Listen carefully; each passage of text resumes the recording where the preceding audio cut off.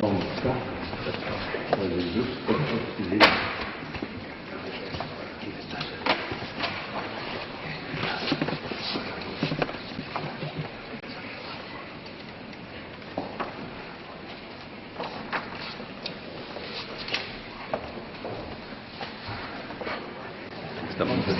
Venga, adelante, presidente. Señoras y señores, perdonen los atentos lectores esta interrupción sumamente justificada porque es un homenaje a la personalidad que fue capaz de mantener la vida del Ateneo durante la Guerra Civil, durante el asedio de Madrid y bajo los bombardeos. Yo creo que esta imagen de Bernardo González de Candamo manteniendo la vida del Ateneo, la vida de la cultura, mientras la barbarie acosaba Madrid, es una imagen verdaderamente inolvidable y es una imagen conmovedora.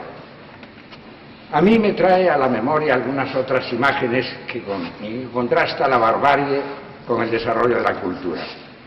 Se cuenta, como muchos de ustedes habrán oído, que Arquímedes estaba tan absorto en su trabajo que no se dio cuenta de que era apuñalado por un soldado al entrar en Alejandría. Y yo, personalmente, recuerdo siempre con emoción cuando estuve en Nicaragua en los tiempos de la Revolución Sandinista y se realizaron aquellas inmensas campañas de alfabetización, al ir en la zona próxima ya al frente de guerra y encontrar una escuela en que los niños descendientes de los indígenas de Nicaragua y de los que llegaron a Nicaragua estaban aprendiendo a leer y escribir, y que a la puerta de esta escuela había un soldado y había un refugio para defenderse contra las bombas. Y esto me hace pensar que con razón se representa a Minerva, a Palas Atenea, para los griegos, con lanza y escudo, porque la cultura no solamente tiene que desarrollarse, sino que tiene que ser defendida, porque la cultura está siempre acosada por la barbarie. Y yo diría que hoy día tenemos que defender a la cultura de dos enemigos. En primer lugar, un enemigo interior, que es la mercantilización que está sufriendo la cultura, la degradación de la cultura al convertirla en un objeto de intereses y de mercantilismo. Y tenemos que defender a la cultura contra el peligro constante de la barbarie. Para esto tenemos aquí un gran ejemplo en la figura de González de Candamo, en la figura de este Ateneo que ha sobrevivido a la guerra civil, que ha vuelto a recuperar su vida democrática y que quiere ser siempre un hogar de difusión y defensa de la cultura. Muchas gracias, amigas y amigos, por vuestra atención. Y seguidamente se va, aquí está la placa que va a quedar fija en la biblioteca, en el mismo sitio que ocupaba don Bernardo González de Candamo, y le vamos a entregar a la familia también un pequeño obsequio de recuerdo del actual Ateneo. Muy bien. Muchas gracias.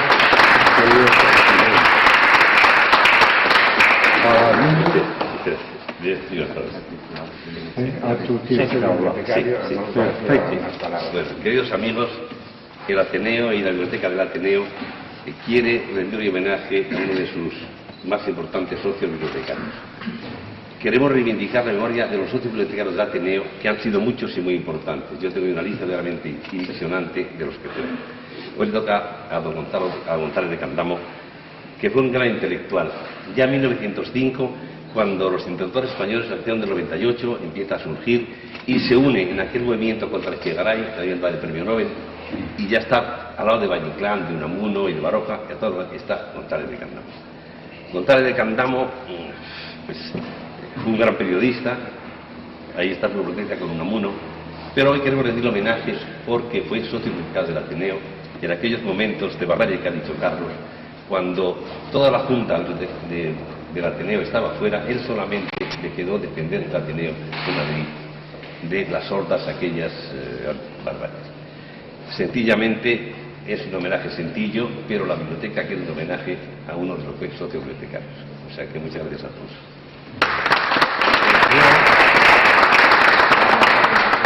Agradezco mucho. Esta placa la tenemos aquí, no sé si la ha visto. Sí, ahora Luego vamos a entregar una pequeña serie. Bueno, yo voy a contar nada más lo que he vivido, porque yo he vivido el asedio del Madrid en el Ateneo, de los 14 a los 17 años. Y la memoria que tengo es muy aguda y me acuerdo perfectamente de lo que hemos pasado en esta casa.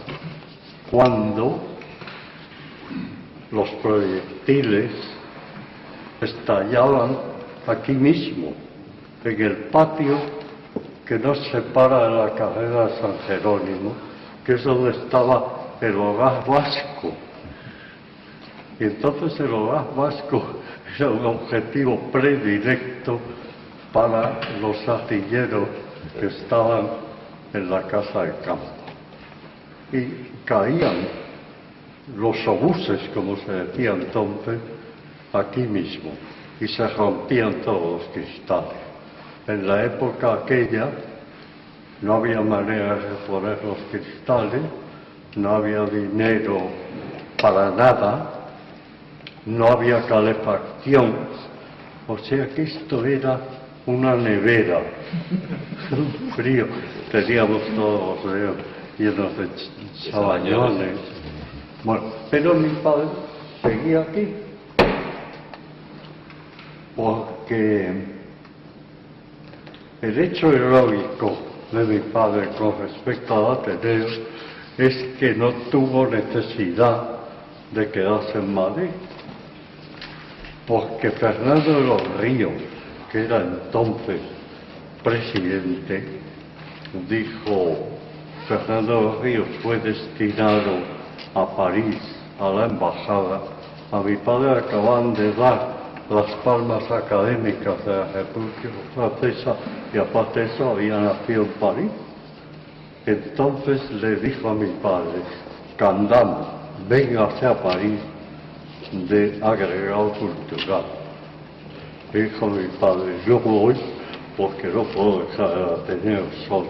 Se ha ido todo al asunto. Y entonces se quedó aquí sufriendo toda clase de calamidades y además con una escasez de dinero terrible, hasta el punto de que el conserje que había decía: don Bernardo, ¿con qué vamos a pagar al personal? No hay un duro. Y entonces mi padre llamaba a Azaña donde estuviera y le pedía que mandara la subvención. Y Azaña decía: bueno, hable usted con Miguel Salvador, que era entonces el presidente de su secretaría, y Miguel Salvador decía: bueno, pues vaya usted a la delegación de Hacienda, que mande un telegrama para que le pague. Y llegaba a la delegación de Hacienda del Madrid asediado, decían: aquí no hay un duro. Era muy comprometido todo y muy complicado. Aquí había algunos sabios dispersos, porque se habían cerrado las universidades, no había ningún centro intelectual más que el Ateneo. Entonces vivían aquí verdaderamente. Ahí siempre cuento la anécdota de Bonifacio Chamorro, catedrático especialista en Horacio, que se había dedicado toda su vida a traducir a Horacio, las odas de Horacio. Y entonces este hombre, como todo, estaba muerto de hambre. Y un funcionario de la biblioteca llamado Mariano trajo un día un saquito de patatas. Entonces Bonifacio y las repartió, dio 4 patatas a mi padre, 4 patatas a Chamorro, y entonces Bonifacio Chamorro hizo una oda a la patata que conserva. Y bueno, luego vino la posguerra Y mi padre razonablemente fue represaliado. Pero siguió sentándose en este pupitre del que no le pudieron echar y decía, no, si es que esto es mío y todo que aquí, yo soy el propietario, el dueño de todo esto, porque según la fundación del Ateneo, el Ateneo pertenece a los socios. Y como no hay más socio que yo soy el dueño de todo. O sea, que por mucho que vengan los de Falange, el dueño soy yo, legalmente.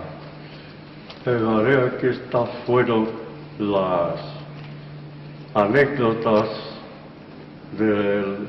Entonces, una cosa muy interesante, la única biblioteca que funcionó era esta. Porque la Biblioteca Nacional se cerró, en fin. Y entonces mi padre, como había por aquí profesores catedráticos dispersos que no sabían qué hacer, pues organizó clases. Y había clases de inglés, clases de ruso, clases de matemática con figuras extraordinarias como el ingeniero Barinaga, que era el hombre que sabía más no de esta cosa de cemento, de hormigón y de cálculo. Y entonces organizó las clases a las que veníamos, algunos chicos y unos señores venerables también, y se apuntaban a aprender ruso o lo que fuera, ¿no? Y ocupar el tiempo. Aparte de esto, en el Ateneo se refugiaban algunos emboscados, gente que estaba un poco perseguida. Entre ellos, siempre hablo del ingeniero ruso Blanco. Había un ingeniero ruso Blanco que era un portento de las matemáticas y se dedicaba a calcular estructuras de grandes edificios, porque parece ser que los arquitectos, no sé si hay aquí alguno, no sabían calcular estructuras, sabían dibujar edificios, pero para eso usaban siempre un matemático. Y este hombre vivía de eso. Pero hubo un momento en que los rusos blancos fueron muy perseguidos. Cuando vino se fundó la embajada soviética, y entonces no sé qué pasó, que perseguían a los rusos blancos. Y entonces este pobre hombre, pues venía a la policía a buscarle de vez en cuando. Y el consejo del Ateneo llamaba a mi padre, que estaba aquí, y le decía: don Bernardo, que viene a buscar a ruso. Y mi padre le llamaba a ruso y le decía: váyase por la escalera de Santa Catalina. Y por ahí se escapaba, y así salvó su vida el ruso blanco y algunos otros, ¿sabes? Bueno, pues agradezco mucho esto, y además recuerdo en este acto que la primera persona que pensó en que debían poner aquí un recuerdo de mi padre era Luis Calvo, el gran periodista. Dijo: es que tenían que poner una cosa en el pupitre número 1, porque este pupitre tiene una historia, porque no es de la última época de la guerra ni nada. Cuando se introdujo aquí la literatura del 98, pues mi padre no se sentaba aquí. Y hay una anécdota también muy curiosa, Y es que Azorín, gran amigo de mi padre, vino aquí y le dijo un día: Candamo, tengo que decirte una cosa. Tengo una novia, vamos, no una novia, pretendo a una mujer maravillosa, pero no me atrevo a salir con ella, porque además entonces no se podía salir así con una chica sola, y tenía una hermana, y le dijo: Candamo, tiene usted que venir conmigo, con la hermana de Julia Guinda, que era la mujer de Azorín, ¿no? Y por eso te digo que es que en realidad mi padre empezó a sentarse en este pupitre a los 18 años, ¿sabes? Porque es cuando entró al Ateneo, entonces le nombraron, como has dicho muy bien, secretario de la sección de literatura presidida por la Paz Lobazán, ¿sabes? Bueno, pues lo único que tengo que hacer es agradeceros a todos este homenaje, y a mi edad, que ya está entrando lo fabuloso. Bueno, le vamos a entregar a parte de la placa que está puesta aquí, también ese otro recuerdo a la familia.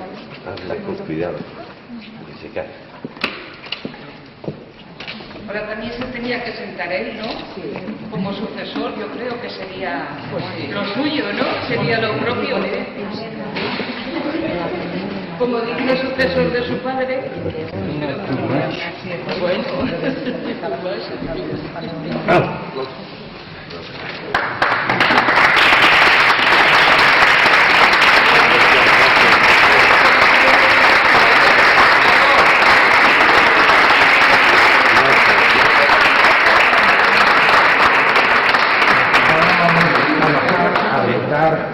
Por el Ateneo histórico, por la figura que representó Gonzalo de Candamo, por toda su familia y por el futuro de esta casa.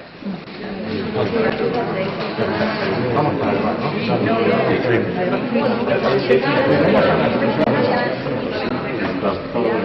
Vamos bajando. Acompaña a